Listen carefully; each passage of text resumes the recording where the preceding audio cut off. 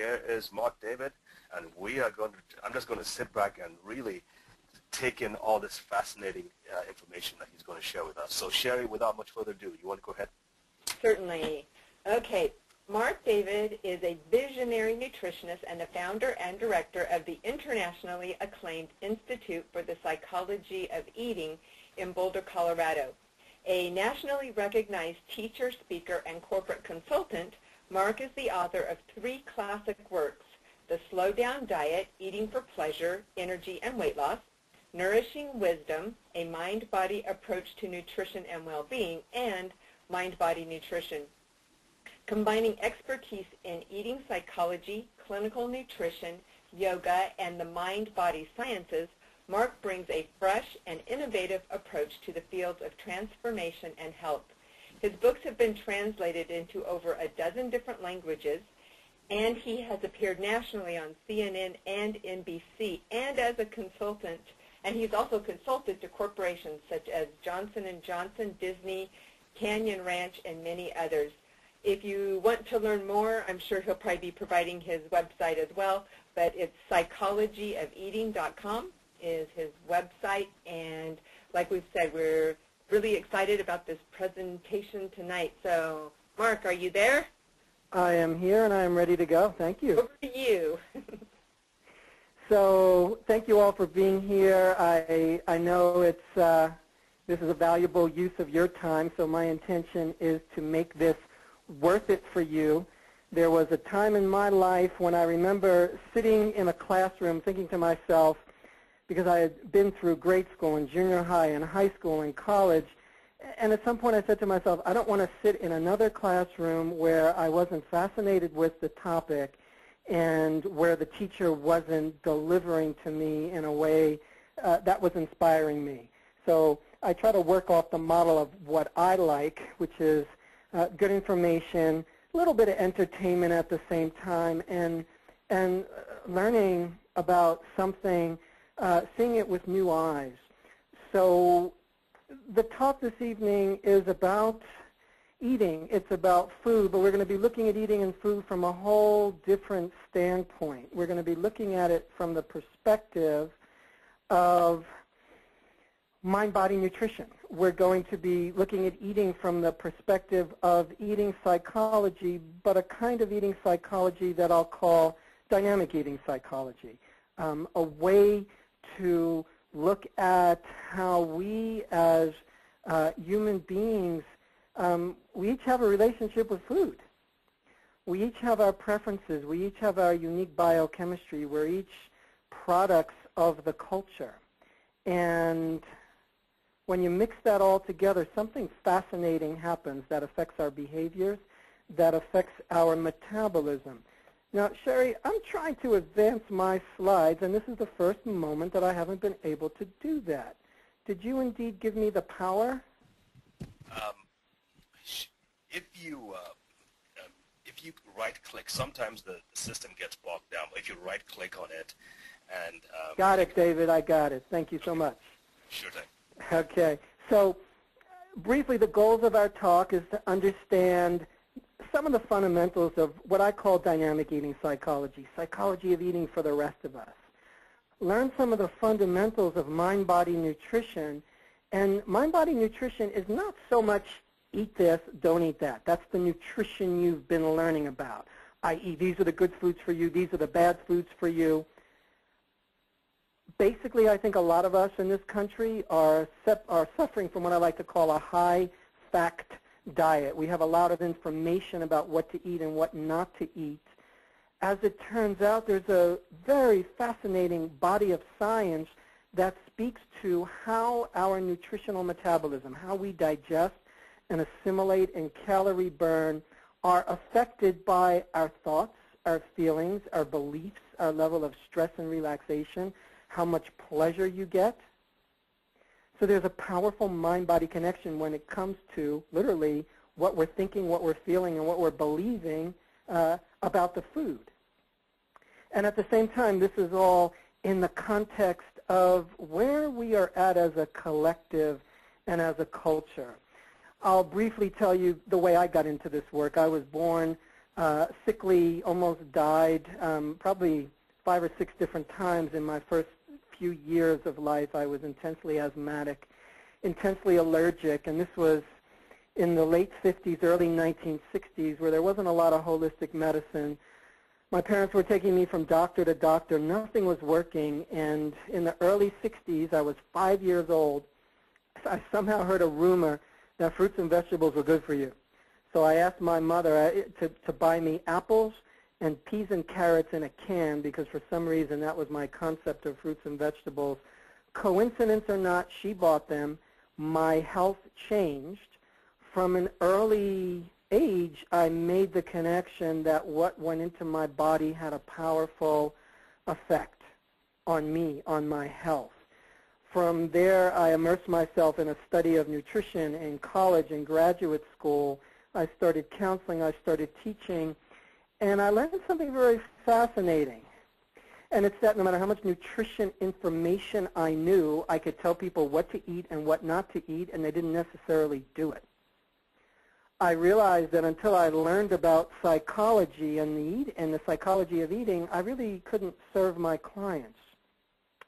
And what fascinated me was there wasn't any eating psychology to learn. I looked all over the country. There was one program in eating disorders, but I didn't want to learn about eating disorders. What about the other 99.9% of us who simply have a relationship with food? So that catalyzed me to do my own research, to really jump out and discover what is it that compels us around health. What is it where people would say, I know what to eat, I know what to do, I just don't do it.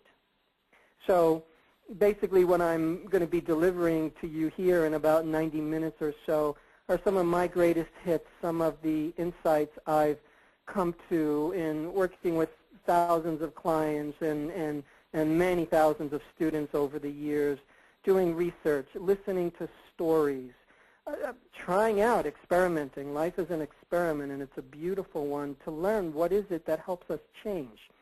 When we look around us, it's clear to see that there is a tremendous amount of pain and suffering when it comes to food, body, and weight, particularly in the Western world. And I want to suggest that when it comes to eating psychology and nutrition, we're collectively off course. What we're doing doesn't work. If it did work, we wouldn't have 500 different nutrition books and weight loss books, each written by a different expert, each saying something different, each giving you scientific proof of why that system is the best, and they all contradict each other. So really the field of nutrition has become the Wild West. One of my favorite characters, Dr. Larry Dossey, has a great line. He says that for every PhD, there's an equal and opposite PhD, meaning you give me any nutritional system, and I'll show you scientific proof of why the opposite of that nutritional system works. So it's time to draw a bigger circle around the field of nutrition. It's time for a course correction. Old, outdated messages of eat this, don't eat that are only getting us so far. The old paradigm of eat less, exercise more to lose weight isn't serving us so much.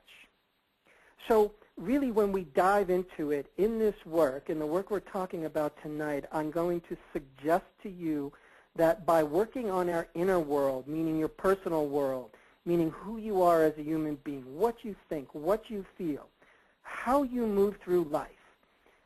When you work on that, you can create changes in your metabolic world.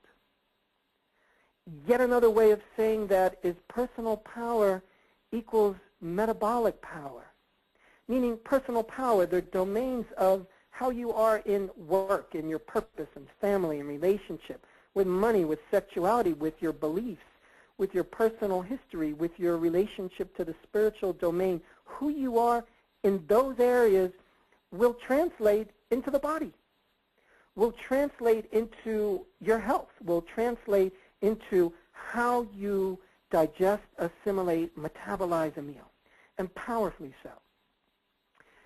We tend to get caught in some of the limiting beliefs that medical nutritional ailments of the body can be healed only by medical nutritional strategies. And what I want to suggest to you is that every issue we face with the body somehow in some way is linked to mind and heart and soul. So for sure, yes, we can heal ourselves through diet, through drugs, through chemical means, but so often healing comes from a deeper place. In fact, I challenge you to ask anyone in your life that you know, anyone over the age of 25, and say to them, what's healed you in your life? Really, what's been healing for you? How many people say, oh, this drug or that diet? Usually when you ask people that question, what's healed you, they're going to say love. They're going to say a relationship. They're going to say a breakthrough. They're going to say a conversation that I had. They're going to talk about somebody important in their life, something profound that was said to them. Healing comes from a whole different domain that we don't normally give credit to. So I want to suggest that our issues with food and our challenges with health are always going to be doorways that take us to deeper places in our lives that are calling for healing. Now, there's a big picture that I would love to share with you. It's a big picture called the perennial philosophy, and this is a term that's coined by Aldous Huxley, a philosopher from the earlier part of the century. And basically, he studied all the world's great spiritual traditions and wisdom teachings to see if he can sum them all up, to see if there was anything that they all had in common. And sure enough, there was some commonality, some powerful ones. So he collected them all and created this one sort of summary story of the world's great wisdom teachings, called it the perennial philosophy, and it sounds something like this. And I'm saying this to give us a context for this work. And the story goes that in the beginning we were all whole, we're all connected to the divine source, sort of like how we were in the Garden of Eden. And somehow in that garden, somehow in that original innocence and wholeness, there's a separation, there's a betrayal. We bite the apple, we're tempted. There's a wounding, there's a fall from grace. We lose innocence, and what happens? We get kicked out of the garden. Now, when we get kicked out of the garden, we're separated from the divine. We don't live in the good graces of the Lord's house, so to speak, and that sense of separation leads to fear. It leads to a creation of false beliefs such as I'm alone, I'm not enough, I'm unlovable.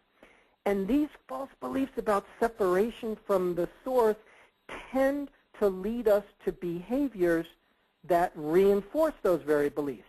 So if my beliefs are I'm no good, I'm not enough, I'm not lovable, I'm not okay, I'm somehow broken because I'm separated from the divine, I'm kicked out of the garden, it's going to lead us to self-abuse, to poor health habits, to denying the body, to be making poor choices in work and relationship. It's going to lead us to the creation of symptoms and diseases. It's going to lead to a disconnected relationship with food, with others, with self. Now, with the sacred removed from life and with these false beliefs about self and with the behaviors that reinforce those false beliefs, we tend to feel a little lost and a little clueless. And we look for false gods, or what psychology refers to as symbolic substitutes.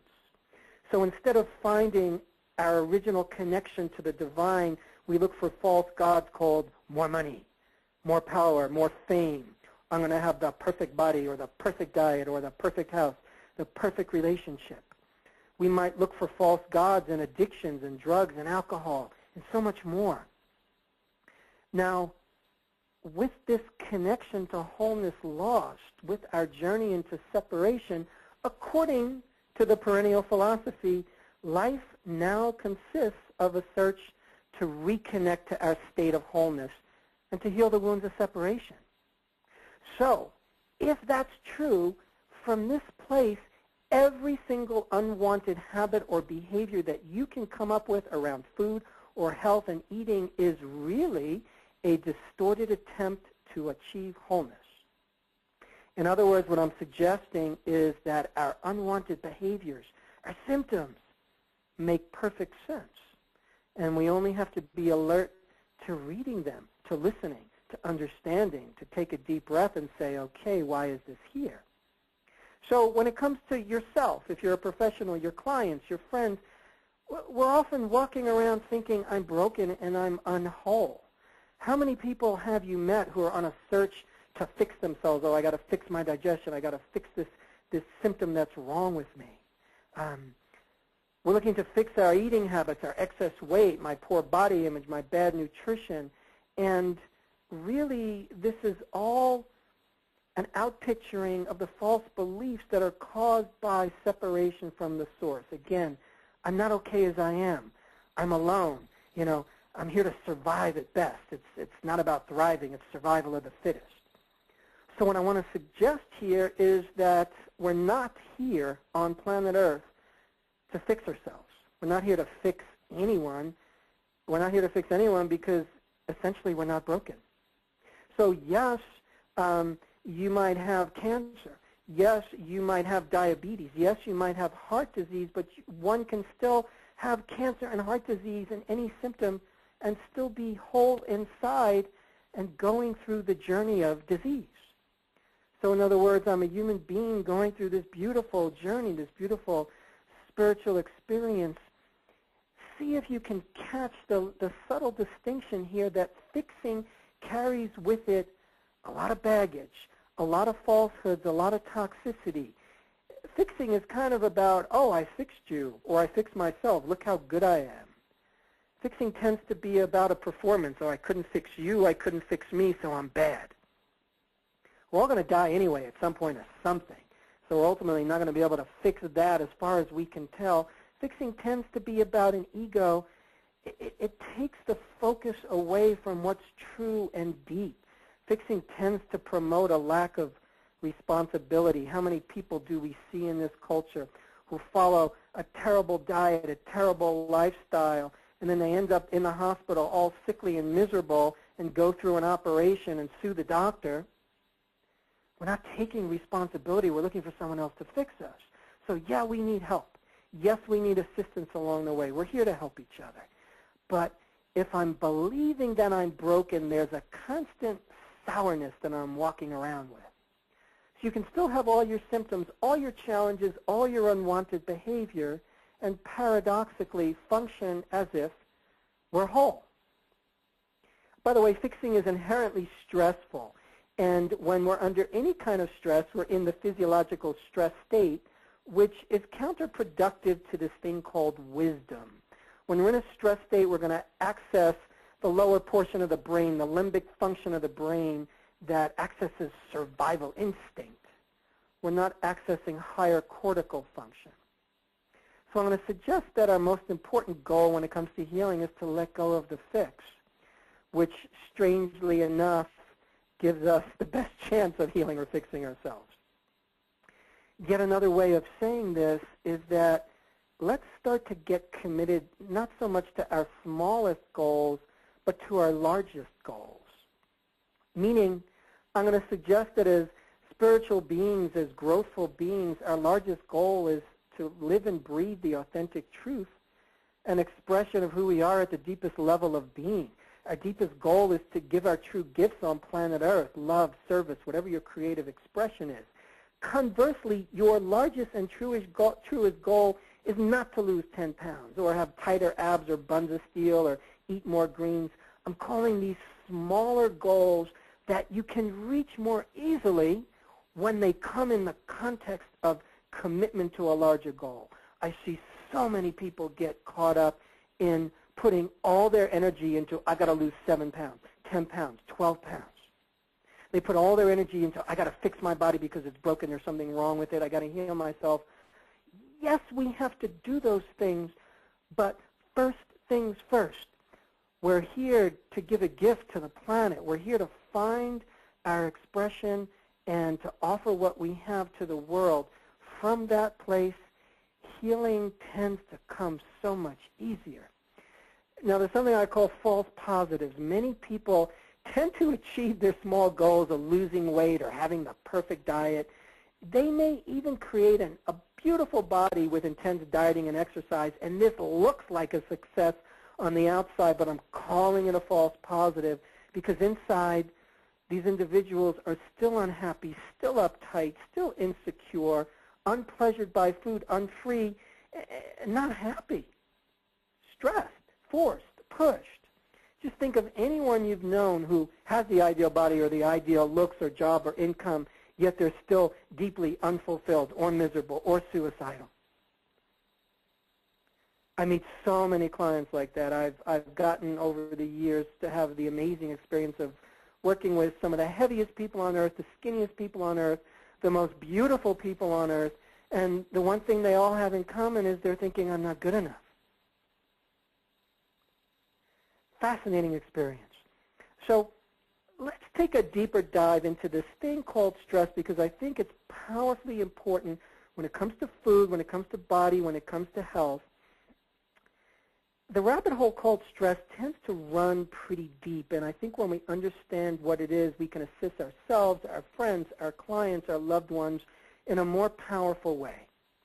Now, from the widest perspective, I want to suggest to you that the stress response is really the old paradigm of doing business on planet Earth. It represents a consciousness that promotes symptoms, promotes disease and unwanted habits.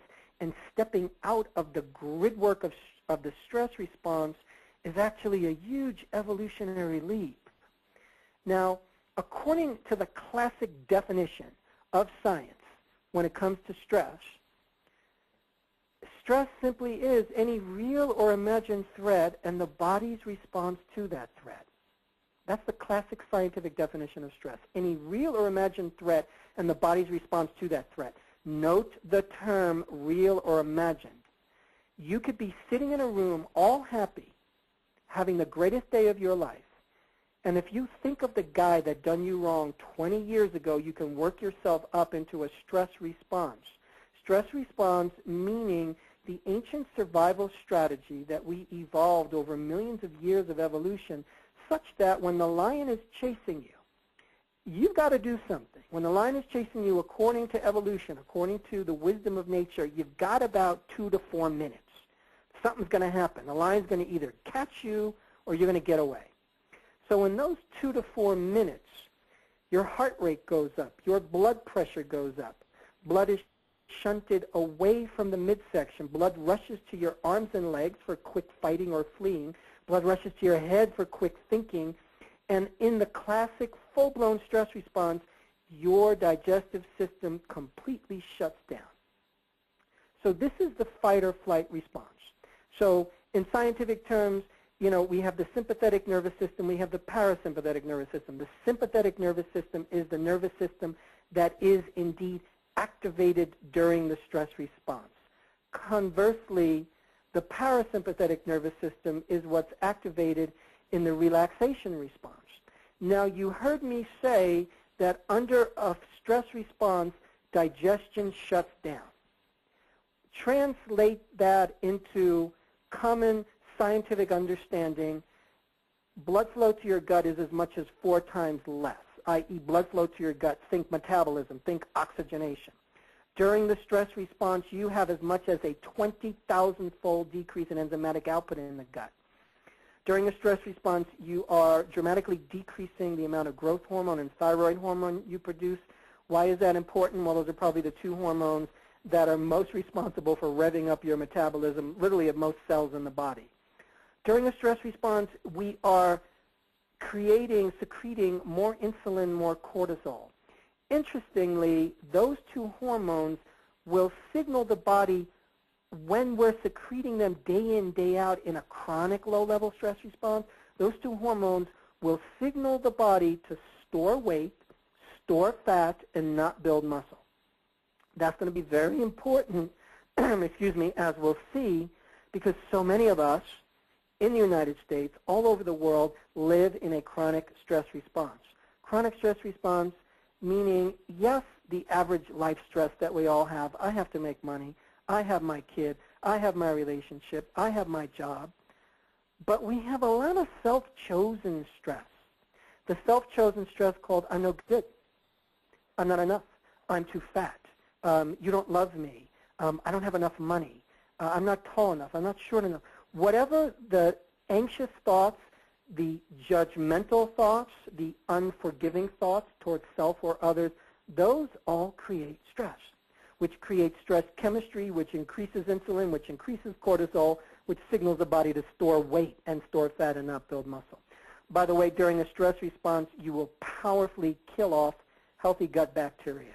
The mitochondria, which are the little powerhouses of all the cells of the body, during a stress response, you will impair their function. Over prolonged stress, day in and day out, over months or years, you will even decrease the amount of mitochondria in your muscle tissue. During a stress response, you will excrete a tremendous amount of minerals and water-soluble vitamins. I'm talking any mineral you can think of. Most specifically, you will excrete a large amount through the urine of calcium and magnesium. Overall, we're decreasing oxygen uptake during stress. You're increasing the amount of inflammation in the body, the amount of oxidative stress. Overall, in a long-term, low-level stress response, the ability of the body to calorie burn decreases. In the 2 to 4 minutes when the lion is chasing you, in the initial intensity of the stress response, you are a lean, mean, calorie-burning machine. You have a powerful metabolism. After that first 2 to 4 minutes, we go into a whole different phase of the stress response. And when we maintain low-level stress, again, through the self-chosen stressors of life, we are decreasing our ability to digest, assimilate, and calorie burn. So if I'm stressing you out by talking about stress, there's going to be some good news here, but I wanted to emphasize that to let you know that you have a powerful option here. And here's an important piece when it comes to nutrition. You could be eating the healthiest food in the known universe. You could eat all the tofu and sprouts and vegetables and raw food or whatever you think is healthy. You could be eating the healthiest food in the universe. If you are not eating it under the optimum state of digestion and assimilation, which happens to be relaxation, then you will not get the full nutritional value of that meal. Now, I'm going to tell you all this. This should be headline news in every newspaper and every nutrition book, and it's not because you can't quite make too much money off of this. You can't bottle it and sell it. We have known about this simple science for about 80 years. You can read this in any basic physiology textbook. The same switch in your brain that turns on stress, the sympathetic nervous system, turns off digestion, turns off assimilation, and slows down thermic efficiency. Conversely, the same switch in your brain that turns on relaxation, which is the parasympathetic nervous system, turns on full healthy digestive and calorie burning power. Now, this probably sounds counterintuitive because most people think, well, if I'm all anxious and hot and stressed, then I must be metabolizing so fully and so strongly. And it's actually true for about, I'm going to guesstimate about 10% of the population. But for the other 90% of us, your calorie burning ability slows down if you're in a stress response. So the point is this. When we're in a relaxed state, you are under the state at which nature designed you to fully absorb and pulverize and calorie burn a meal. It's really stunning. It's useful to ask yourself the question, how are we living as a nation? How are we living as a world? Because we tend to have a lot of stress. Most people in the world, again, live under a low-level stress response. And due to everything in our lives, due to all the world affairs and all the talk about terrorism and all the things we're supposed to do. But again, the stress response is activated as well by the thoughts you think about life, about self, about others. Now, let's get back to the relaxation response for a moment. Have you ever asked yourself, when does healing actually happen? So many of us want to heal. When does it actually happen? When does the body perform maintenance and repair of tissues? When does emotional healing and internal peace happen? When does wisdom come through? Turns out it all happens during a relaxation response. So if you want to heal, you don't say, oh, gee, I feel like I'm under the weather. I feel like I'm coming down with a cold. Let me go around and run around like a maniac and not get any sleep. No, you say, let me go home and lie down on the couch. Let me rest. Healing and repair and maintenance of body tissue happens in the physiologic relaxation response, which for most humans means during sleep, rest, repose. Now, if you think about this, and this is straight up science, again, that should be headline news. Because the implication is that any healing strategy or remedy that creates stress or is driven by stress or doesn't include enough relaxation is ultimately ineffective and perhaps even harmful. Simple examples of this, radical diets that people go on. I've seen so many people go on diets that look like they're healthy. They could be the lowest calorie diets. They could be tasteless diets, intense exercise regimes, intense prescription drugs, or supplement programs. If we're doing it from a place of stress, if those strategies inherently create stress, we are creating a stress response which is counterproductive to the actual healing process. So I don't care what healing strategy you do. I don't care what diet you're on. If you're not relaxing into it, you're not receiving the full benefit of what that strategy actually is. So I'm going to suggest from that place, yes. That's fascinating, Mark. I hate to interrupt you here, but this is good. Is there any time in your research that is the best time for relaxation during the 24 hours of the day? Is there a time when the maximum healing and restoration takes place? Powerful question. I think there's a couple of answers to that. At least one answer is sleep. We tend to be, as a nation, and I'm speaking for America because this is the country I know best, we tend to be a little sleep deprived. So a lot of people are not getting enough. They're getting 6, 7, 8 hours. For some of us, when we need to heal, it's not enough. So that's one place. According to much of the research on circadian rhythms, most people will tell you that they have an energy dip at approximately 2 to 4. Some it's somewhere between 2 and 5. Well, it turns out this is pretty much the norm across all human beings everywhere. And oftentimes our sense of my energy level is coincident with body temperature. So when body temperature tends to be going down, we get tired and the body naturally wants to relax. So in so many cultures across the planet, you'll notice that in the afternoon at 2, 3 o'clock, they do a siesta. It's the natural time when the body is going into relaxation mode. In America, when we hit 2 or 3 o'clock, we don't do a siesta. We tank up on caffeine or on sugar so we can push through work. Right. So there's a ton of research, by the way. The Russians did this research. Americans reproduced it. The Hindus, the yogis have been saying it for thousands of years, that 1 to 2 15-minute rest periods during the day. You don't even have to sleep. You just have to lie down, breathe, and relax with eyes closed. 1 to 2 15-minute rest periods during the day dramatically increase our sense of well-being, sense of energy, memory, cognition, and so on. And the last answer to your question, Dr. David, is that best to relax when the body's telling us, I'm tired. Because I think as a nation, we tend to push through when we're tired. And sometimes body wisdom just tells us when we're tired during the most inopportune times. But I think it's powerful to listen. Got it. Did I answer your question? Yes, you did. Thank you. Yes. So I believe that the stress response can override any positive healing strategy. And of course, you know, stress is the appropriate, correct response under natural survival conditions. You can use stress in a positive way to motivate yourself. You know, in the normal course of life events, a certain amount of stress. Scientists have even coined a term for positive stress. They call it eustress, E-U-S-T-R-E-S-S. So stress is fine.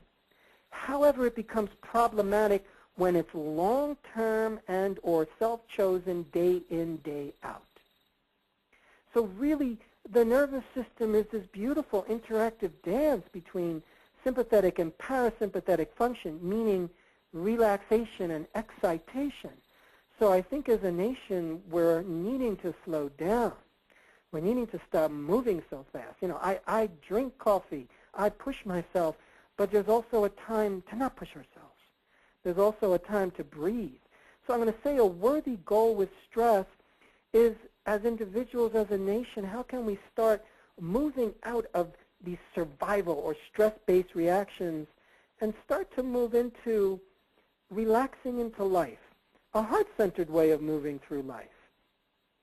So a powerful question I love to ask friends, loved ones, clients: where am I living in or perpetuating or creating stress? Because once I ask that question, then we know this is the place really where healing wants to happen. We tend to value speed in this culture. If your computer's fast, we love you. If you got a fast lifestyle, we love you. If you multitask, we love you. Fast cars is great. And fast is overrated. When we're moving too fast, by the way, the act of eating too fast is, to the body and to the brain, a stressor. Certain things naturally stress you out. It doesn't matter what you think, it matters what the body thinks. The human body is not designed to eat fast. You've heard nutritionists, you've heard dietitians say to you, it takes the body approximately 20 minutes to realize it's full. It's true. In other words, the brain needs time to distinguish, what am I eating? What's in here? What do I need? Do I need more? Do I need less? Is this food good? Is this food healthy for me? The body loves time to figure things out. Now, what's fascinating is that when we're under stress, our time perception is skewed. It's off. Here's what I mean. The lion is chasing you.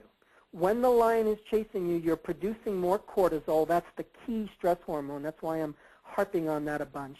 Now, that stress hormone, when it's bathing your nervous system, bathing your brain, it signals your cells and tells them, hey, pal, time is running out. You do not have enough time to go shopping online. You do not have enough time to go looking for chocolate. Lion chasing you. Time is running out. Get to work. So right now, if you're all relaxed, if you're all happy, and I took a hypodermic needle filled with cortisol and I injected you, within less than a minute, you're going to start to go, whoa, you know, I got to go do stuff. Time is running out. I have to make things happen. So the point is, when we're under stress, we begin to imperceptibly function as if there's not enough time. We start to live as if I'm in a hurry, which means we're not present, which means we don't notice, which means when it comes to food, we tend to eat too fast. And when we're eating too fast, we put the body in a stress state. We decrease metabolism, decrease digestion, decrease assimilation, and calorie burning. And what happens is you can have stomach ache, you can have belly ache, you can have a heartburn, i.e. gastroesophageal reflux. Most of the digestive symptoms in this country that people have come from eating too fast, eating too much, eating under stress.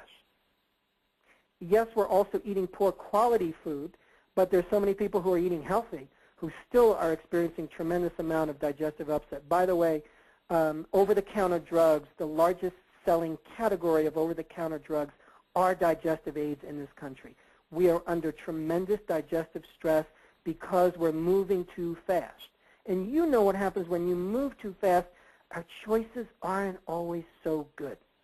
We will reach for fast food. We will tend to not notice body wisdom. We won't notice our children. We won't notice our loved ones. We won't notice the subtleties. So how do we create a sense of spaciousness in whatever time we have? How do we let go of rushing to fix ourselves, our loved ones, our clients? Time heals everything. So can we model for ourselves in this world a sense of spaciousness? Because this slowing down invites us into the present, invites us into the power of now, invites us into the higher centers of the brain. Higher cortical function is what's activated when we shift ourselves into a relaxation response. Slowing down invites us into loving what is. I'm going to tell you straight up the most simple way we know to do this. which all the research points to for thousands of years, is long, slow, deep breathing. Anytime you are ready to eat a meal, anytime you find yourself under stress, 5 to 10 long, slow, deep breaths. If you can, close your eyes. If not, it's still okay. 5 to 10 long, slow, deep breaths. What happens is every mental, emotional state has a corresponding brainwave pattern and breath pattern. So you all know the breathing pattern of stress tends to be fast. It's arrhythmic. It's shallow. It's infrequent.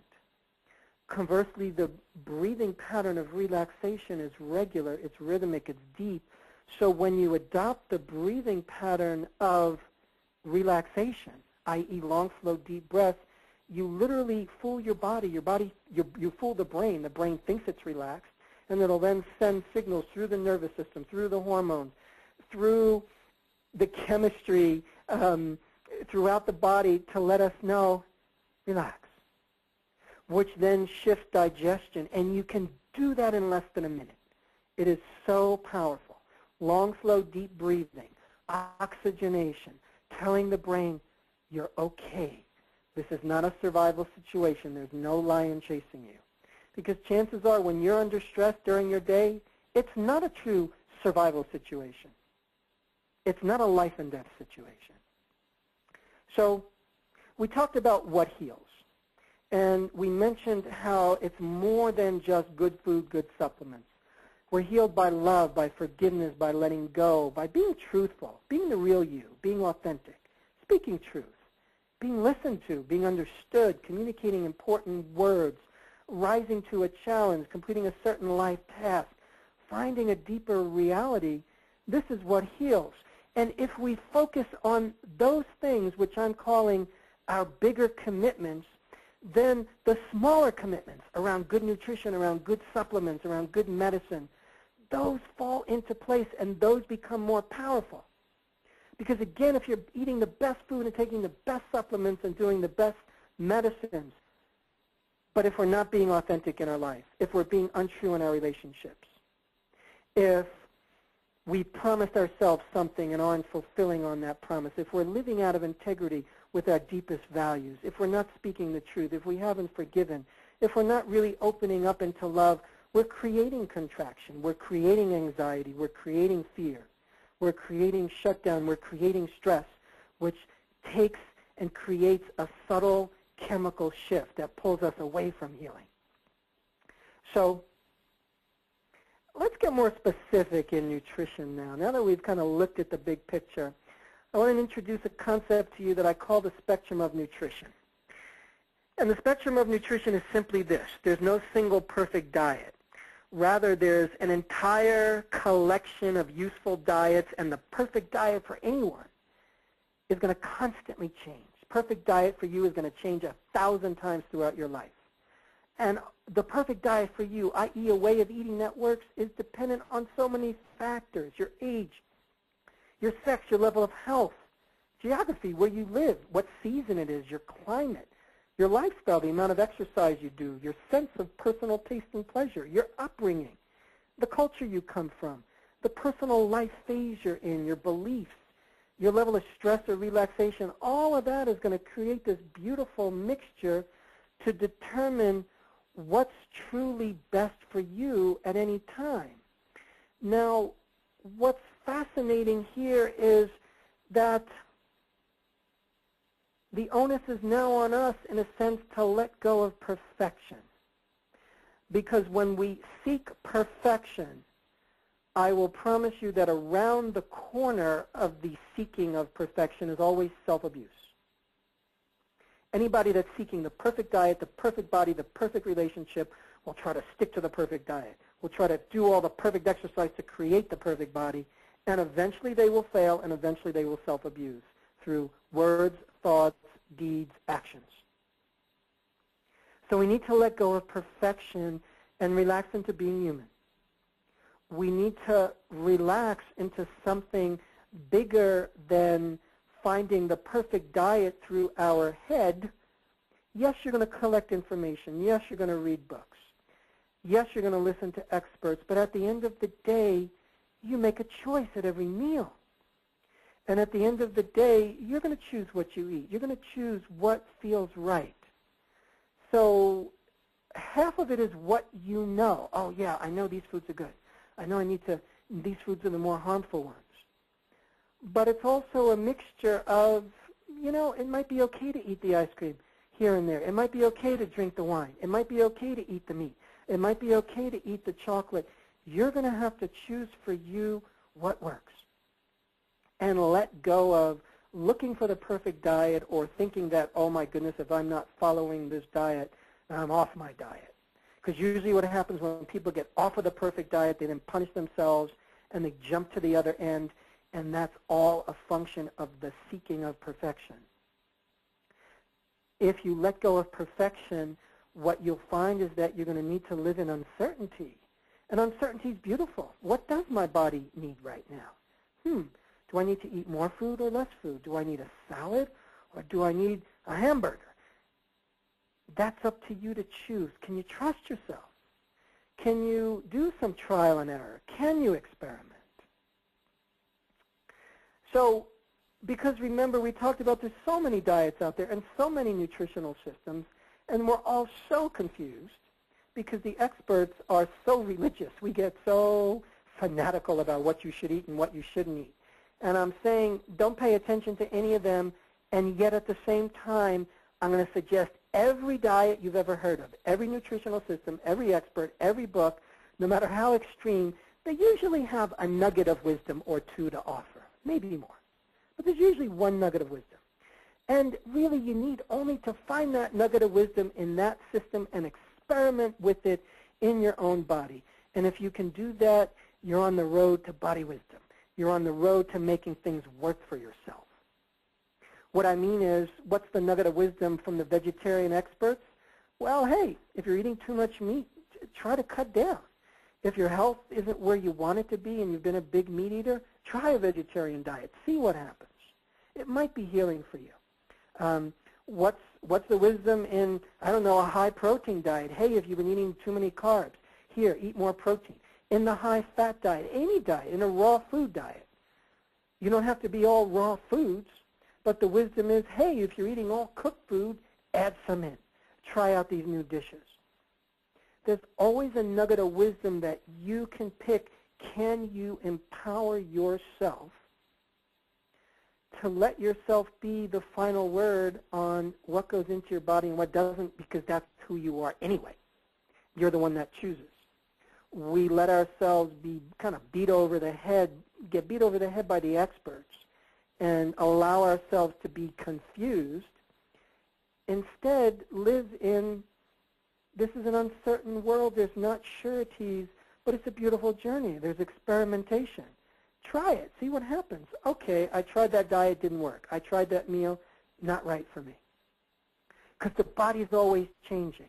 So many people say to me, I used to be able to drink 2 glasses of wine a night, and now I have 1 glass of wine that gives me a headache. People say, I used to be able to drink coffee, and now I can't drink it anymore. People used to say, I used to be a vegetarian, now all of a sudden I'm craving meat. The body changes, no blame. And there's so many nuances, and the biggest expert on your body is you, because you live in your body all the time. Have you taken the time to notice the distinctions, the little nuances? That's where you're going to get the best info from. So in general, the health experts tend to read their own body and then mistakenly translate those findings onto your body.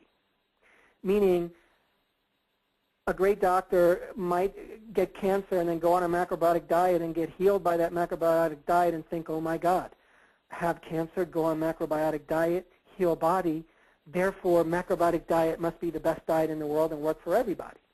Well, no, it worked for that one person.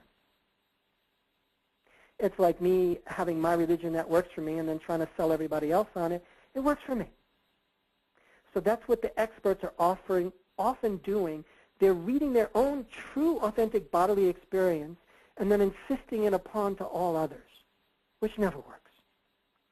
So we talked about the perfect diet, and as you let go of perfectionism, you can reach a whole new level of empowerment. but it means, again, being willing to have more courage, being willing to not have to know everything, because usually when we think, I have found the perfect diet, I have found the perfect religion, I have found the perfect way of doing things, and all of a sudden I'm in control. Because we're humans, and we like to think we're in control of things, and we're really not in control of much. We don't know how long we're going to live. We don't know when we're going to be sick. We don't know how to always get healthy. We're not in control. And when we let go of being in control, paradoxically, it gives us a greater ability to be with the body, to know it, to understand it, to serve it. I want to mention 4 levels of diet that is a useful distinction in helping you understand how to work with your own relationship with food and nutrition more powerfully. A maintenance diet. I'm going to suggest that the maintenance diet is the kind of diet that in any given year will be the sort of diet that you can eat day in and day out, and it's going to nourish you. You know, what's the food you tend to eat most of the time that work for you?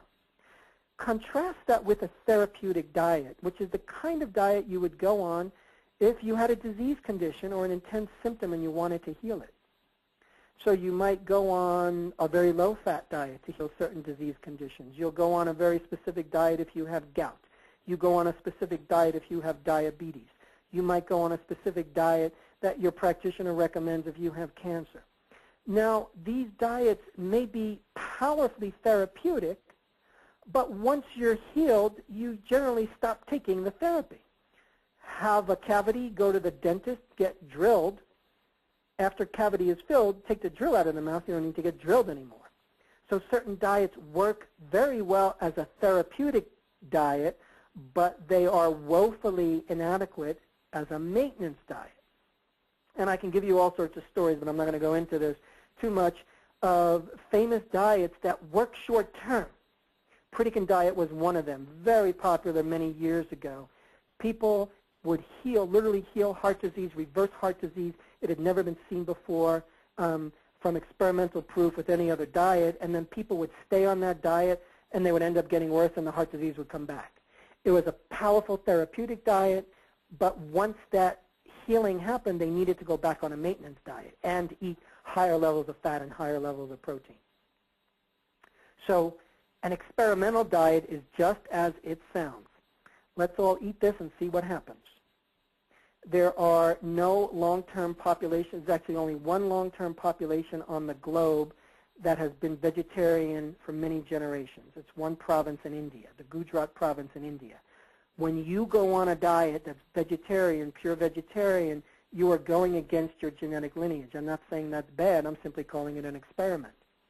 If you do anything different diet-wise than what your ancestry has done, you're participating in a genetic experiment, and it might be a wonderful experiment. It might be an experiment that's powerful. It might be an experiment that fails. It might be an experiment that works for a time and then doesn't.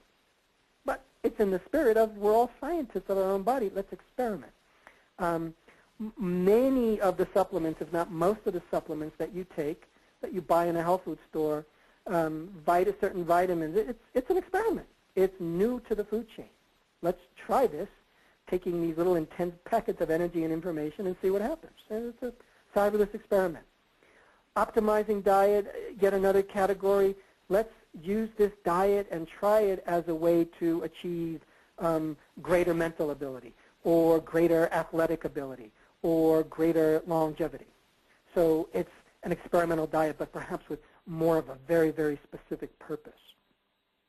So you can now look at diets and see how so many of the experts are shooting at each other because they're looking at their diet, and it's really usually a powerful short-term diet, but not every short-term or therapeutic diet can be a maintenance diet.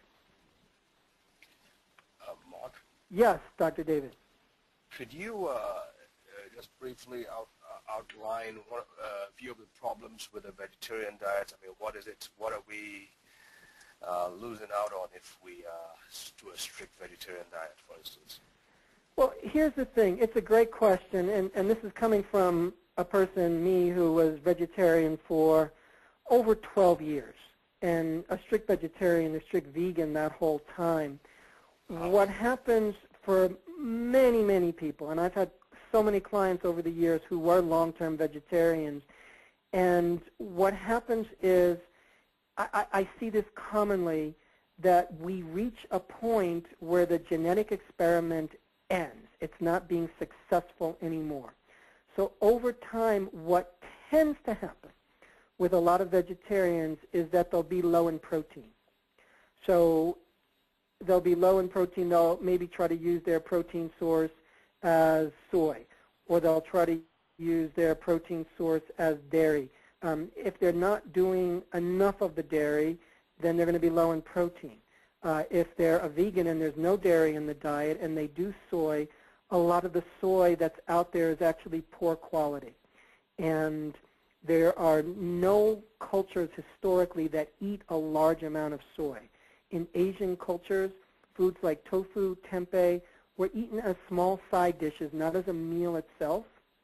The soy products in this country tend to be isolated soy protein, which is a whole, and soy protein powders, put into different, like protein hot dogs or protein burgers, soy burgers, and it's a whole different substance with a different reaction in the body, which the research is a little chaotic, but there's a strong implication that poor quality soy in excess is wreaking hormonal havoc in both women and men. So I'm seeing really low amounts of protein, and over time what that's going to mean is decreased muscle mass, decreased mitochondria. It's going to lead to fatigue. So protein's the main one that I see. Strangely enough, I'll also see when people are focusing on vegetarian diet, a lot of them will equate that with I should eat low fat. And fat has become a dirty word in our culture. And we've kind of thrown out the baby with the bathwater, meaning poor quality fat should be the fat that we lose from the diet, the synthetic fats, the artificial fats, the hydrogenated oils. High quality fat, i.e. essential fat. Science has coined the term essential fatty acids. You need fat in the diet. I find long-term vegetarians are often low in EFAs, essential fatty acids, which will, again, cause all kinds of symptoms. So those are the two main ones, strangely enough, is low protein and low fat. Got it. Yeah, sure. So on the topic of good food and bad food, I think as a nation we're stuck in this. These are the good foods, these are the bad foods. Eat the good foods, you're a good person. Eat the bad foods, you're a bad person. I want to suggest that there's no such thing as a good food or a bad food, and that food itself is essentially neutral, meaning what's a knife? Is a knife good or bad? Depends how you use it. You could use a knife to cut up vegetables and make a delicious meal. You could use a knife to destroy a valuable work of art. A knife is a tool. Depends how you use it. Food is like a tool. Depends how you use it. I'm suggesting there's no good or bad food out there. Yes, certain foods are clearly more harmful to the body. Certain foods are clearly more health enhancing to the body. But there's no foods that are morally good or morally bad. Note the distinction. There's no candy bars that have ever conspired in an evil master plan to rot your teeth, or apples don't have little halos around their heads. Food is neutral. It's a neutral entity. You could eat a small amount of a bad food and it's fine. It's not going to kill you. Moralism around food creates suffering. It creates strange nutritional strategies. It stops the questioning process, meaning, maybe I could eat a little bit of chocolate, or gosh, maybe some amount of alcohol works for me, or maybe no alcohol works for me. Maybe certain kind of meats are higher quality and more humane than other kinds, as opposed to these are good foods, these are bad foods. When we make things black and white, we tend to get into trouble. Now, there's a beautiful principle from the field of toxicology, and the principle is called the dose makes the poison. So if a food isn't good or bad, what determines its value? According to toxicology, it's the dose of that food that determines whether it's poison. So meaning every substance known to humankind in some way, shape, or form has a toxic dose. There's a toxic dose of caffeine. You take enough, it'll kill you. There's a toxic dose of mercury. Take enough, it'll kill you. There's a toxic dose of water. It's called drowning. Enough of it will kill you. You know, you all have mercury circulating in your body right now. There's not enough to kill you. So the point is, how much you use of a food determines really its effect ultimately on the body. So in other words, it's time to lighten up a little bit. It's time to create a little more space for body wisdom, because oftentimes the pleasure that a food can yield can dramatically offset the negative nutritional contents that might be in that meal. I'll give you a simple example. This thing called pleasure, by the way, catalyzes a relaxation response. I'm going to say that again. Pleasure catalyzes a relaxation response. What that means is that you come home from work, you've had a rough day, you're stressed out, and your husband or your wife says, honey, let me give you a shoulder rub. So you get a shoulder rub, and that feels so pleasurable, and you go, ah, and you relax.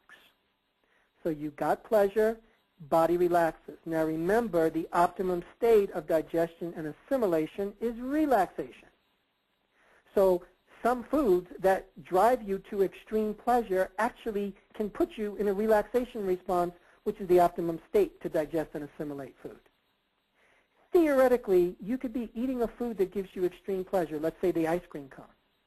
But if you're eating the ice cream cone going, oh my God, I shouldn't eat this, it's bad for me, it's got sugar, it's got fat, it's got chocolate, and it's going to go right to my hips, I'm so bad for eating this, it's off of my diet, you're creating stress. While you're eating that ice cream cone, you're in stress chemistry, you're closing down digestion, you're decreasing calorie burning, you're increasing cortisol, increasing insulin. Essentially, you're giving your body a weight gain chemistry simply through toxic thinking.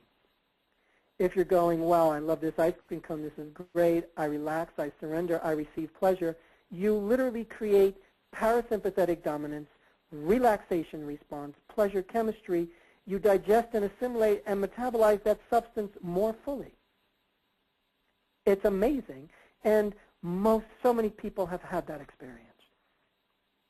By the way, I want to mention so many people, when I ask, how many people have ever gone overseas, traveled somewhere, and went on vacation, ate more food, exercised less, and lost weight. So many people respond yes. They've clearly had that experience. And the one commonality in go on a vacation, eat more, exercise less, and lose weight, the one commonality is, generally speaking, for most people, when you go on a vacation, you create a longer-term relaxation response. You create a whole different chemical metabolic state for the body. So really what we're talking about is letting go. We're talking about being open. We're talking about relaxing. We're talking about surrendering some of our stuck beliefs and surrendering some of our perfectionism. And when we do that, there's another concept that I want to emphasize, which is that every symptom we face, every disease, every unwanted behavior is really a whispering from a higher source, from the divine, from your guardian angel, that contains deeper insights and a powerful message that must be heard. This is a concept that comes from the ancient Greeks, from the ancient mystic Christians, from the Kabbalistic mystical tradition of the Jews, from the mystic tradition of Islam. It appears in all these religions that dis-ease, symptom, unwanted behavior is a visitation from the divine. It's a message. It's the angel whispering in your ear.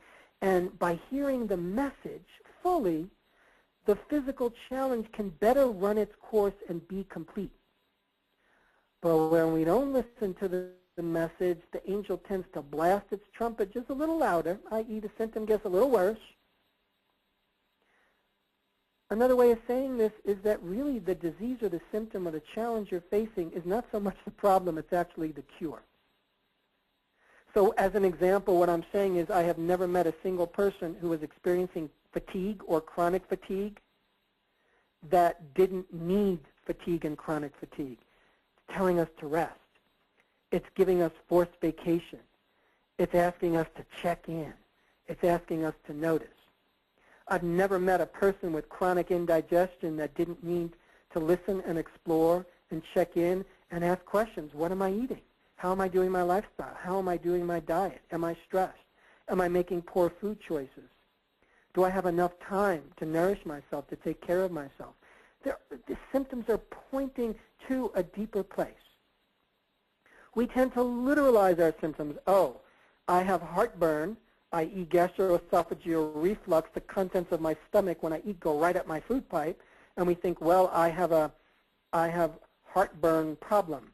Get rid of it. Take a drug. Well, if you have heartburn, you don't have a deficiency in Prilosec. You don't have a deficiency in heartburn medication. The symptom is saying something. And I'm going to tell you, heartburn is always related to some combination of the wrong foods eaten, the wrong combinations of food eaten, too much food eaten, and most important, eaten under stress.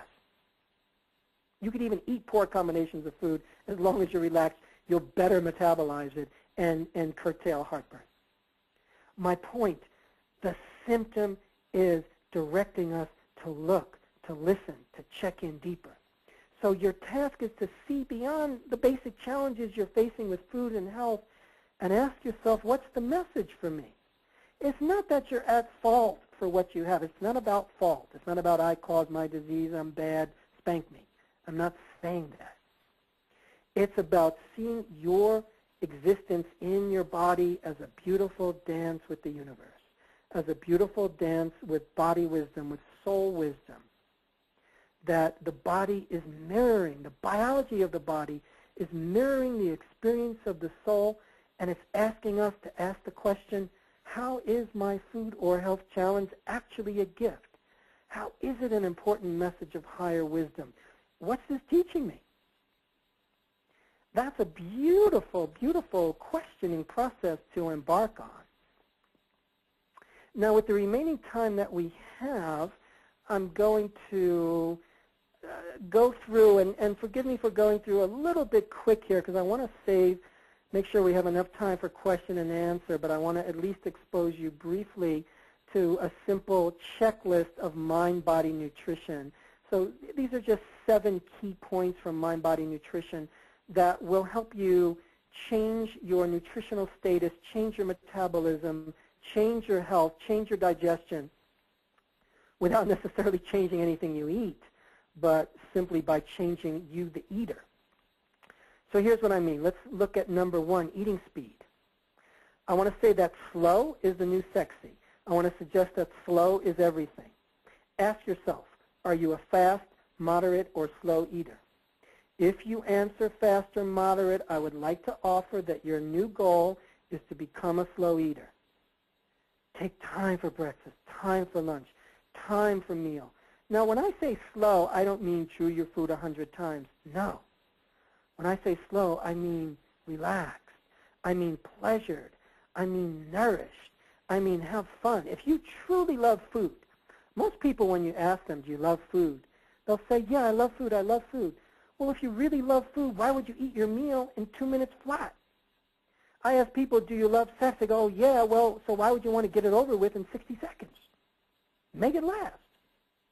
So as you create an eating speed that's slow, remember we're decreasing the stress response. We're inviting in the relaxation response. We're creating the ideal conditions for digestion and assimilation and calorie burning. I also want to suggest that eating slow is fundamental to transforming any overeating issue or binge eating issue, and I'm going to say digestive concerns, fatigue issues, weight issues, body image challenges, and more. Simply put, as you eat slow, the brain can start to distinguish what works and what doesn't. I'll tell you quickly, I had a client a number of years ago. He was originally from China. He was living in Canada for about 20 years, a medical doctor. When I saw him, I thought he was about 35. It turns out he was 50. He looked 15 years younger. Picture of health, ton of energy, had a busy medical practice, And he came to see me because for about 20 years, he had been experiencing extreme digestive distress after every meal. And the man had done everything. Western medicine, Chinese medicine. Remember, he's originally trained in China. He knows Chinese medicine. He knows Western medicine. And he can't find an answer. So after every meal, he's bloating, he's gassy, he's upset, he has heartburn. So we sit down and I ask him, basic questions. I ask him, what do you eat? And here's his diet. He says for breakfast, on his way to work, he stops by McDonald's. He has 2 Egg McMuffins, eats them in the car on the way to work. Lunch, he drives back to McDonald's, gets 2 Big Macs, eats them in the car on the way back to work. Dinner, he gets some kind of takeout pizza or a hero, and he eats it fast in front of the TV. And after he tells me that, he says, by the way, I love my life. I love my lifestyle. I'm not going to change anything I eat. I thought I found his problem, and he's telling me he's not going to change anything he eats. And I said to him, I think I could help you. Here's what I want you to do. I want you to take 20 minutes in the car when you eat your 2 Egg McMuffins. I want you to breathe. I want you to eat slow. I want you to stop the car, park it in the parking lot. Don't eat and drive. Play some nice music. Lunch, when you have your 2 Big Macs, I want you to take 35 minutes. Breathe, eat slow, relax. Dinner in front of the TV, fine, but same thing. Take an hour, eat really slow. So of course he's so time conscious, he negotiates all the times, so he gets me down to 12 minutes at breakfast and 20 minutes at lunch. So bottom line is, I get a call 2 weeks later. And he is absolutely thrilled. He says, you're not going to believe this. He said, after 20 years, my digestion is healed. He said, and you're not going to believe this. He said, I hate Big Macs. He said, I've been eating Big Macs for 20 years, and he said, I eat them so fast, I didn't realize how bad they taste. He said, I smother them with ketchup to hide the flavor. It turns out in those 2 weeks, he changed his diet, not because I said, you jerk, you shouldn't be eating junk food, because he slowed down. He got in touch with body wisdom. When you slow down and you get in touch with body wisdom, you start to notice. You start to feel, and then you make natural changes on your own. Next, check in. Are you a relaxed or stressed eater? This is fundamental to any health condition. Once you turn yourself into a relaxed eater, meaning create the conditions of a meal where you shut off the computer, light a candle, play some nice music, breathe, relax, eat with people you enjoy. Make it a celebration. Americans are eating on the run. When you start to introduce a more healthy culture of eating where you can enjoy, engage in good conversation, sit down when you eat, something happens. The body relaxes, you relax, life becomes relaxed. You could absorb your life. You can absorb your food. Next piece is eating rhythm. And what I mean by eating rhythm, rhythm is everything in life. Rhythm sets the tone. Your heart has a rhythm. Your brain has a rhythm. If your heart rhythm is off, you're going to die. If your brain rhythm flattens out, that's called death. We have a rhythm when it comes to how we metabolize, how we calorie burn. And there's a rhythm to the timing of meals, the frequency of it. So simply put, start to notice what your eating rhythm is. Many people are meal skippers. They skip breakfast, they skip lunch, they eat their first meal at 1 or 2 or 3 o'clock, and they're doing that because they're trying to lose weight. And what happens is our most tremendous calorie burning part of the day is between 12 and 1 o'clock. That's called biocircadian nutrition. You will be able to metabolize and pulverize a meal most fully when the sun is highest in the sky, approximately 12 to 1 o'clock. That's when many traditional cultures eat their biggest meal. In America, our biggest meal tends to be dinner and late in the evening, which is when your ability to calorie burn and pulverize is at a lower ebb.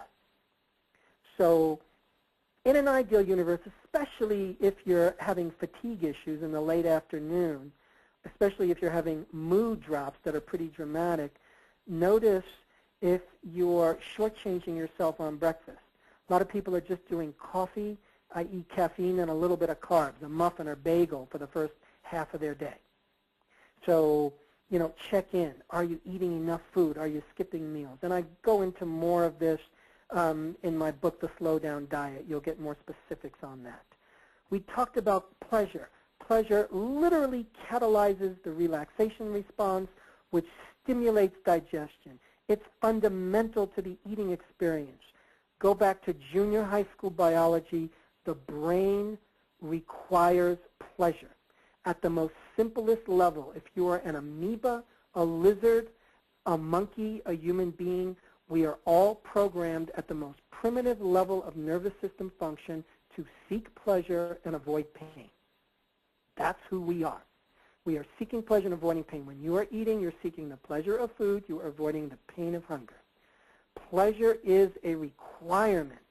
If you do not get pleasure from a meal, the brain's asking for it. The brain wants, if you don't get it, the brain's not always smart enough to say, hey, you're eating this lifeless diet that you can't stand with lousy low-calorie food that has no fat and no taste.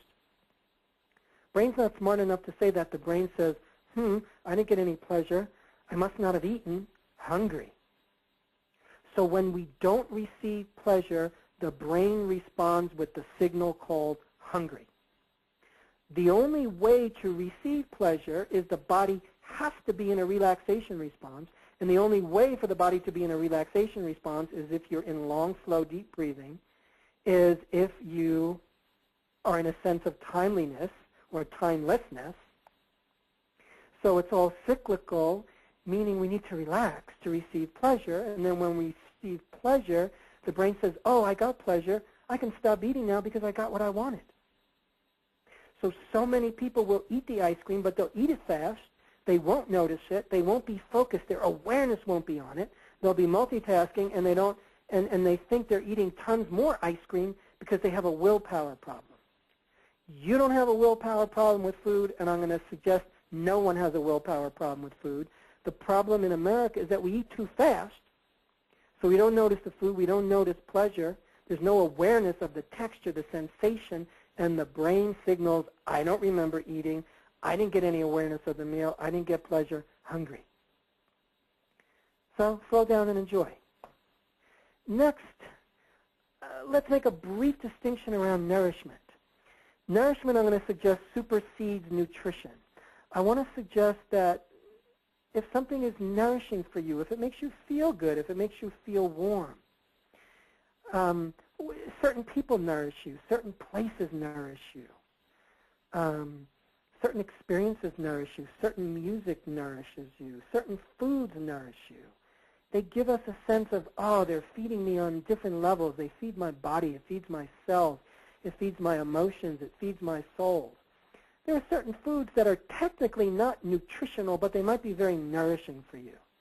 I've heard so many stories of somebody who will say, you know, if I eat a piece of cake, I react because I'm wheat sensitive and gluten sensitive, but when I go to my grandma's house and have the cake that she made me when I was a kid, the sponge cake, I eat it and I feel great and I love it and I feel wonderful and I don't have an allergic response. That's the nourishment quotient at work. If something truly nourishes you, it's nutritional. And oftentimes, so many of us are overeating or we're going for too much food because we aren't nourishing ourselves in other places in life. I want to talk about awareness at meals. If we're not paying attention, there's something scientists call the cephalic phase digestive response, which is the biological equivalent of awareness. Cephalic phase digestive response is a fancy term for taste, pleasure, aroma, satisfaction, and the visuals of a meal. When scientists, digestive physiologists, sum total all the research, what they find is that cephalic means of the head. So this head phase of digestion gives you 40 to 60% of your metabolic power at any meal, meaning your tasting of the food, your awareness of it, your sensing of it, the pleasure, the aroma that comes through the olfactory nerves stimulate digestion, stimulate assimilation, stimulate calorie burning. If you miss that, metabolism literally decreases by 40 to 60%. That is a stunning piece of information that digestive physiologists have been telling us for decades. Without that piece of information, you can do all the crazy exercising you want and eat all the low-calorie food you want. If you're not paying attention, if you're not awake at your meal, awake at your plate, we miss something. We miss what the brain is asking for. finally, I want to mention something that I call toxic dietary beliefs, where I'm considering as harmful as the toxic ingredients in your food. And I'm defining toxic dietary beliefs as false and factually incorrect nutritional beliefs and assumptions. And until these are challenged and identified and removed, we're going to tend to be unhappy. So when I mean dietary toxic beliefs, I'm talking about the common belief that dietary fat is bad. It makes me fat. This is factually incorrect. Okay, fat is healthy, it's essential, it's necessary. Poor quality fat's bad. Good quality fat's great for you. Many people, particularly women, are walking around with the false concept called food makes me fat. Any food makes me fat. Food is my enemy. Because if I'm fat, that's bad, nobody likes me, society's going to reject me, men are going to reject me, women are going to reject me. Food is your best friend. Food keeps you alive. Food is not your enemy, but so many people, if you have the belief called food makes me fat, food is my enemy, that creates stress. And then stress creates the very conditions for weight gain. So it's a self-fulfilling metabolic prophecy when we're thinking my diet has to be perfect, because that's going to cause stress. Or if it's a self-fulfilling metabolic prophecy when I say, God, if only I looked or ate a certain way, then I'd be happy, which means, but I'm not eating that way now, or I don't have the perfect body now, which means I'm only going to be happy in the future, which means I'm not happy now, which means I'm miserable now, which creates stress now, which creates stress chemistry now. So half of good nutrition is what you eat, for sure. But I'm suggesting the other half of good nutrition is everything that we've been speaking about today, which is who we are as eaters, what we're bringing to the table. So I think this might be a good time for us to take a pause. And Sherry and Dr. David, if this is a good time to have some discussion or entertain questions, why don't we roll with that? Absolutely, absolutely. Wow, this has been very, very liberating, and I'm sure lots of people out there feel the same way as well. Thank you so much, Marc. You are very welcome. I know we have lots of questions coming up. I have a few myself. I'm just going to take the controls back for a brief moment and just make a few announcements. And folks, while you have, just remember you can type in the blue panel to the right of your screen, and you can type in your questions, and Sherry and I will be reading them as we go along. This has been the presentation by Marc David, an excellent, masterful presentation, I must say. And it's something that I think people will have to listen to and watch and refer to send to their friends and family and all that to listen to it. Remember, the recording is free after.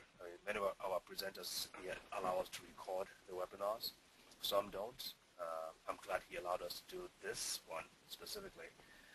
And it's available for the for members afterwards. Jackie is on tomorrow. She's talking about hormones.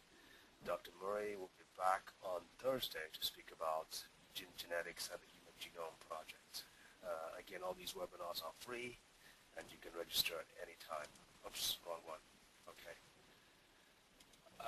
Questions? Please type in your questions as we go along. Marc, is there a slide I can put up that you can put up while we're asking questions? Anything you want people to be looking at? Sure. Okay, I'm going to hand it back to you right now. Okay. So I just want to recommend some additional reading. Sherry mentioned before that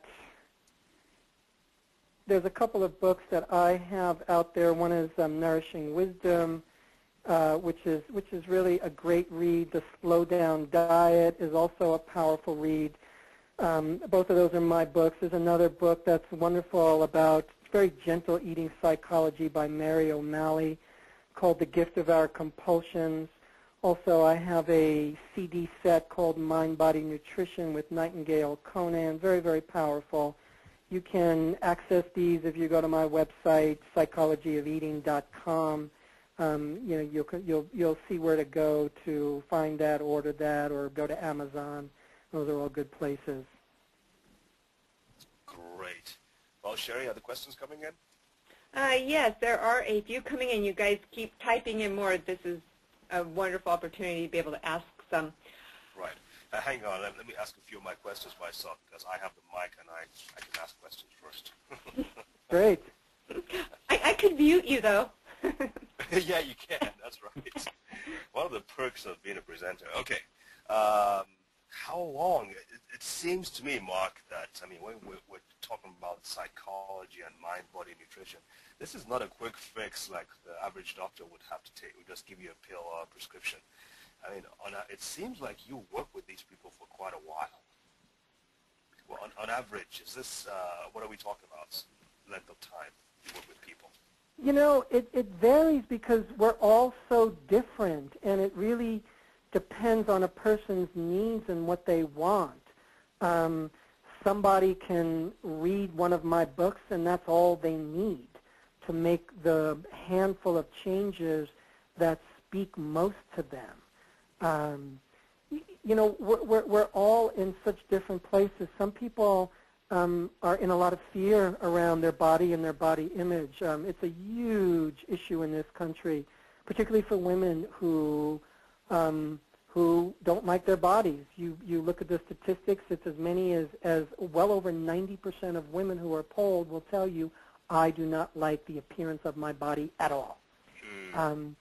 And what happens is that sets us out on a course of eating that will then have us oftentimes eating low calorie, low fat, low protein, which will then cause us symptoms such as digestive issues, fatigue issues, mood issues. And then that person will go to a doctor or a medical practitioner. They'll get testing. They'll see, oh, yes, you're low in these vitamins, these minerals. You're low in essential fats. They'll be given supplements. Maybe they're given a diet. But those people are never healed. They're never truly treated, and they don't progress because the underlying issues are never faced, which is, how did we get to this place where we're rejecting the body, where I'm not loving self? So that's a beautiful exploration. And so with clients, I'll do that exploration with students, we do that exploration with. I train professionals in this kind of work to teach them how to work with people, how to teach from this place. And in a lot of ways, it's not that complex because it's not about fixing anybody. It's about each of us, you know, helping the other unleash their potential. So as an example, with so many clients who are self-rejecting about their body, one of the key strategies is what I call embodiment, meaning it's time to get into the body. Instead of exercise, it's time to move and dance. Instead of doing punishing exercise on the treadmill that you hate, what kind of movement makes you feel happy to be in your body, makes you want to celebrate being in your body? What way of eating makes you happy to be here? And by and by, as we begin to embody, meaning be in the body in a way that has me going, yes, that feels good, we start to get happier to be here. We start to actually love the body more. We start to self-reject less, and then we let go of all the concepts about how I should and shouldn't look, and we get out of our head and into the body, into the muscles, into movement, into the organs, and all of a sudden we're here and happy in a whole different way. That's kind of a fast answer to the question, or a fast example. Right. And that sort of increases the pleasure response and relaxation response as well, doesn't it? Absolutely, because it's on so many levels. It's about accessing body wisdom, and you know, I keep using that term body wisdom. When it comes to eating and digestion, there's a beautiful metabolic analogy, and that is the enteric nervous system. That's literally the enteric nervous system is the nervous system in the body that innervates your gut, that innervates your digestive system. And it's a separate yet interconnected nervous system within the body, and scientists have given it its own separate name because it's a huge nervous system. There's as many nerve cells in the digestive system, nervous system, meaning the enteric nervous system. There's as many nerve cells there as there are in your spinal cord, over 100 million. Point is, there's a lot of wisdom in your gut. That's why we say, you know, I had a gut feeling about that guy. You don't say I had an elbow feeling or a kidney feeling. There's tremendous intelligence in the gut, but we don't use it because we don't notice it. We're moving too fast. We don't pay attention. So much is about slowing down, and then we begin to access that wisdom, and life becomes much happier. It becomes simpler. We listen to the body. The nuances come through. We learn how to nourish ourselves in a very natural way without having to overthink it too much. Well, we believe very strongly in the wisdom of the body as well, and we try to emphasize this in our webinars a great deal. Before I hand over to Sherry to ask the questions, I especially like, and you said a lot of great things, but I especially like the part about truth, being true to yourself, being true to others, and how the absence of that can put stress on you. And I guess you just can't improve on what Shakespeare said. To thine own self be true, and Yeah. that it must follow the night, the day. So thank you again. Sherry, let's talk about let's look at questions now before I keep talking. Okay, here's one. What is the psychology around cravings for things like sugar, breads, pasta? Is there a way to approach these cravings to neutralize them? Oh, that's such a great question, and it's a huge answer. I'm going to give a couple of tiny headlines that really can't give true justice to the question. Oftentimes what happens is we will crave a food that we don't need. The body's a little strange in that way. A cocaine addict will crave cocaine. An alcoholic will crave alcohol. For many of the foods that we crave, many of them, not all of them, many of them are causing us an allergic response. So you might crave certain carbohydrate foods that have wheat in them because it literally causes an allergic response in the body. The body mounts an immune attack on that food, which actually causes a mild stress response, which actually causes an excitatory reaction. So in a strange way, those foods stimulate us at first, but then we'll often have a symptom or a reaction or a subsequent drop in energy. So we crave the cycle called get stimulated by the food, mount an immune response, feel stressed and feel anxious, which kind of feels like it's energy, but then we collapse, but then we want the high again. We'll also crave foods that become substitute energy. So oftentimes sugar becomes substitute energy. It gives us a bit of a high. For a lot of children, for many children, for a lot of adults, sugar will briefly increase cortisol. It'll increase adrenaline. So it'll give us a rush. So the psychology is how do we listen to the body and how do we achieve balance? So with stimulants that you crave, and I'm going to say such as caffeine-containing foods, sugar-containing foods, where else in my life can I ground myself? Because oftentimes when we're looking for overstimulation, we're not grounding. We're moving too fast. We're not breathing. We're not getting our feet in the earth. We're not moving our body in a way that grounds us. We're not having grounding friendships or conversations. So that's one place that I tend to look. And if you want to get fancy with cravings, go on an elimination diet. A great book by Dr. Marc Hyman is called The Ultra Simple Diet. It's a real simple way to do the elimination diet, get rid of all the common allergic foods, and you do that for a week or two and cravings will dramatically subside. That's good. Somebody's asking which foods are natural weight reducers and which ones naturally reduce acidity, things like that. I don't consider any foods to be natural weight reducers. I think that's a dangerous place to go down, and we're always looking for, oh, these are the fat-burning foods. There's so many foods that we need for health. There's so much variety that we need that it's really a whole picture. So I like to not think of foods as weight-reducing foods. Clearly, there's certain themes in our diet that will tend to be weight gainers. One of the themes is if we're eating high, poor quality carbohydrate foods, lots of breads, lots of pastas, lots of cookies, lots of crackers, lots of cakes, lots of candy, you will likely put yourself on a weight gain protocol. So in general, I'm going to say for Americans, as we cut down on the poor quality carbohydrates and replace those with high quality fats and proteins, you will create the kind of diet that shifts you towards your natural weight.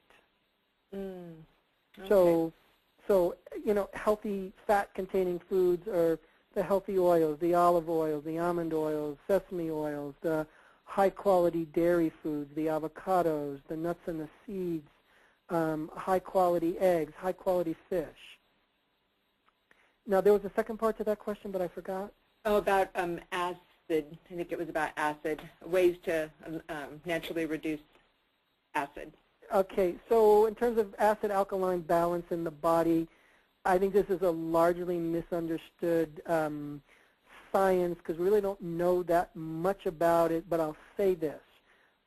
We do know pretty much that if you want to have an acid-forming diet, i.e. the kind of diet that creates extracellular fluid that tends towards the acidic side, then you want to create acid, then drink a lot of alcohol, do a lot of caffeine, do excess amount of protein, do excess amount of poor quality carbohydrates, and excess low quality fat. That'll shift the body towards acid. So conversely, cut down on those. Really, the healthy diets that you hear about, high vegetable, higher fiber, high quality, high amounts of good quality fat and protein will shift the body towards alkaline. But I'll say one thing about this. The number one acidifying agent in the body is stress, more so than any food that you do. You could eat the healthiest food in the universe. As soon as you're under stress, you immediately create acidity in the body. It's almost instantaneous. It's shocking how fast it is. So stress will offset your best alkalinizing diet. Okay. This next question is a little bit more of a serious one. It says, I went from 80 pounds at age 15 to 18 in anorexic to obese according to the BMI now. I acknowledge that the issue is not food, but food is the way I deal with issues. Any advice on how to channel my way of dealing into a healthier act? Whoa, what a big and wonderful and beautiful question. I wish I had a fast answer for that. Again, that would do justice for that. And I'll just say that food is a doorway.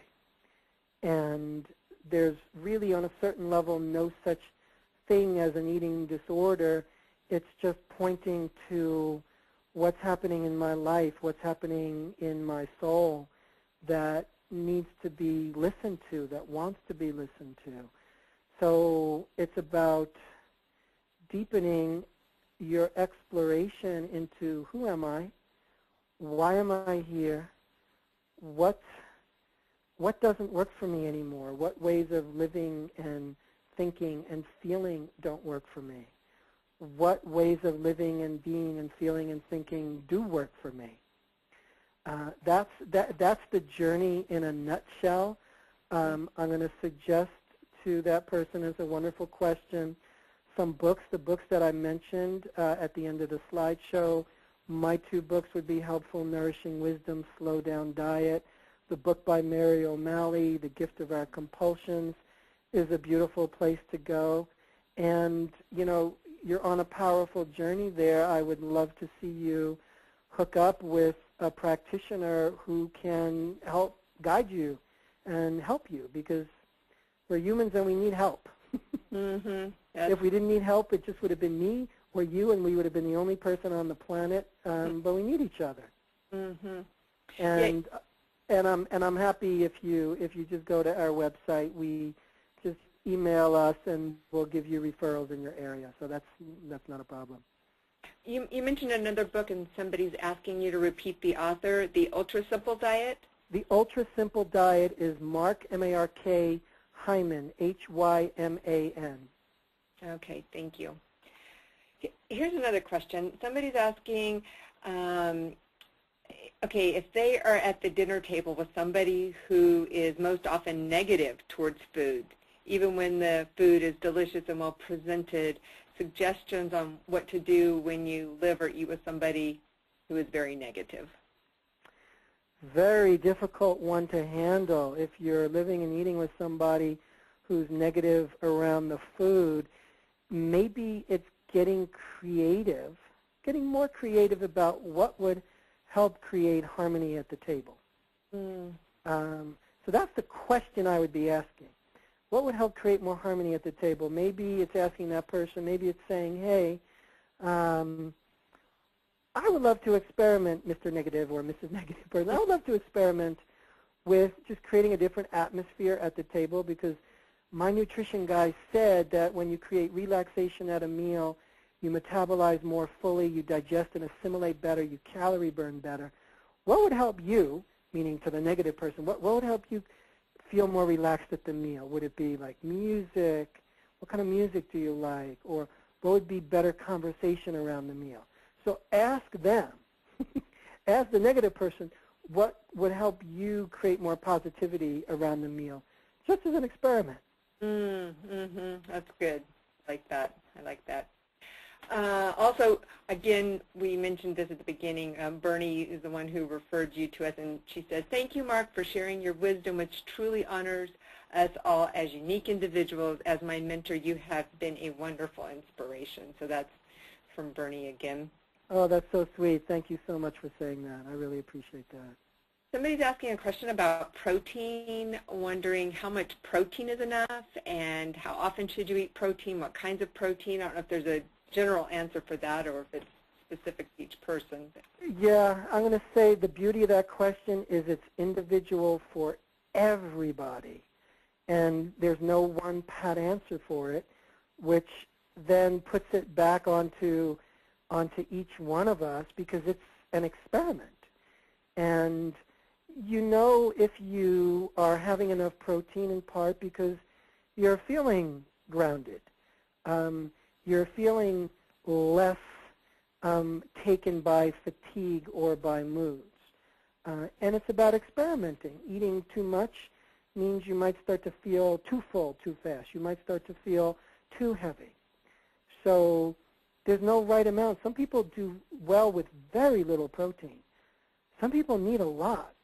If you're a linebacker for a football team and you're 25 years old, you need a tremendous amount of protein.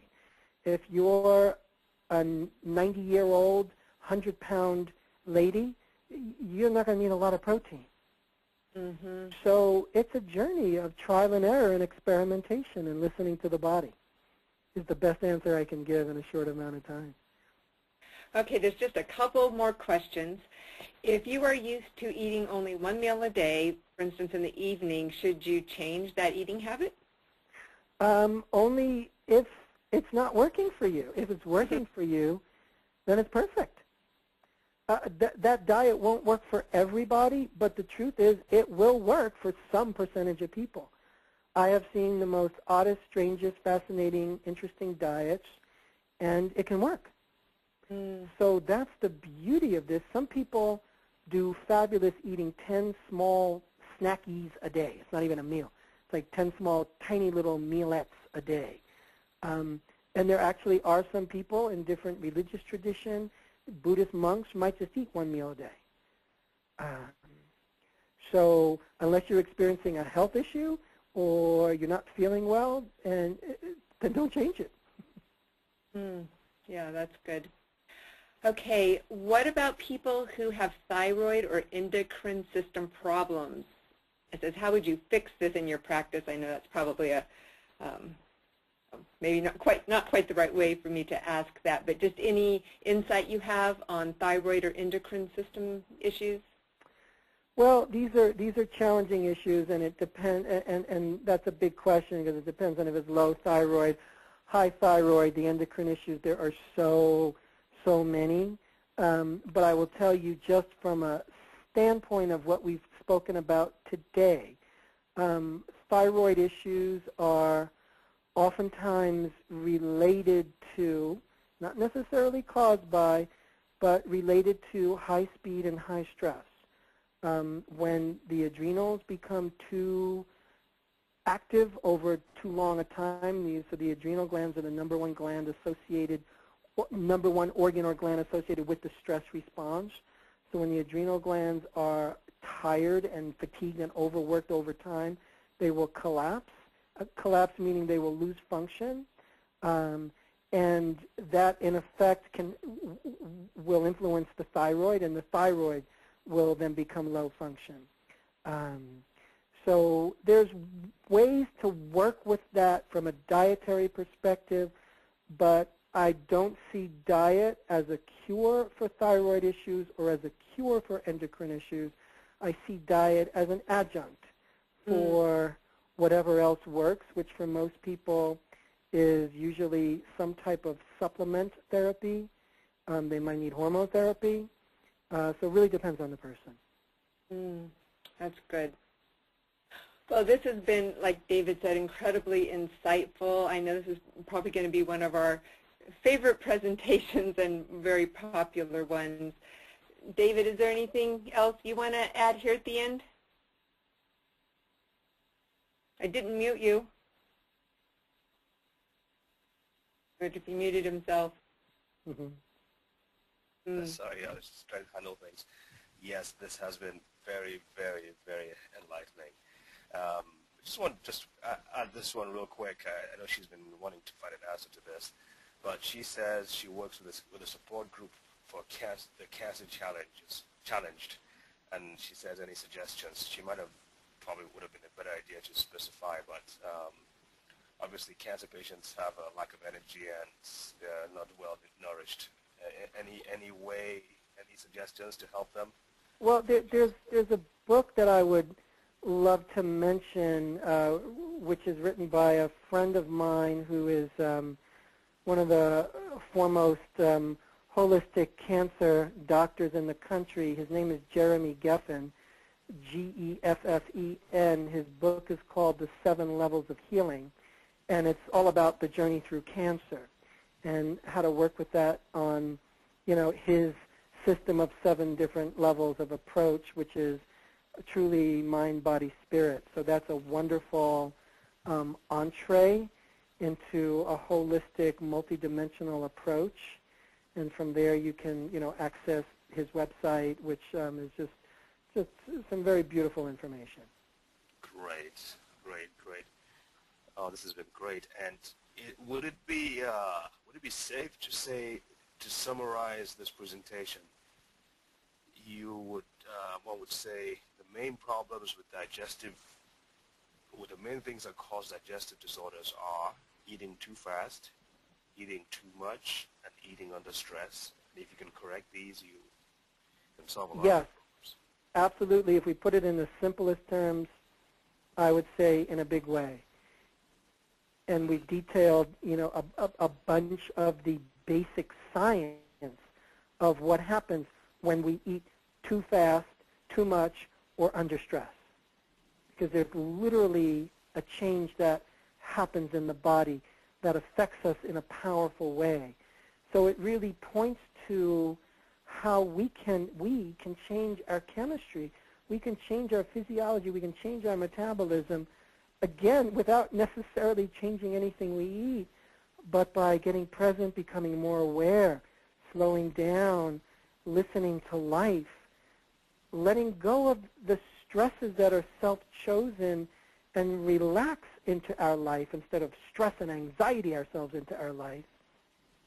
And from there, wisdom comes through. Body wisdom comes through. The messages start to come through.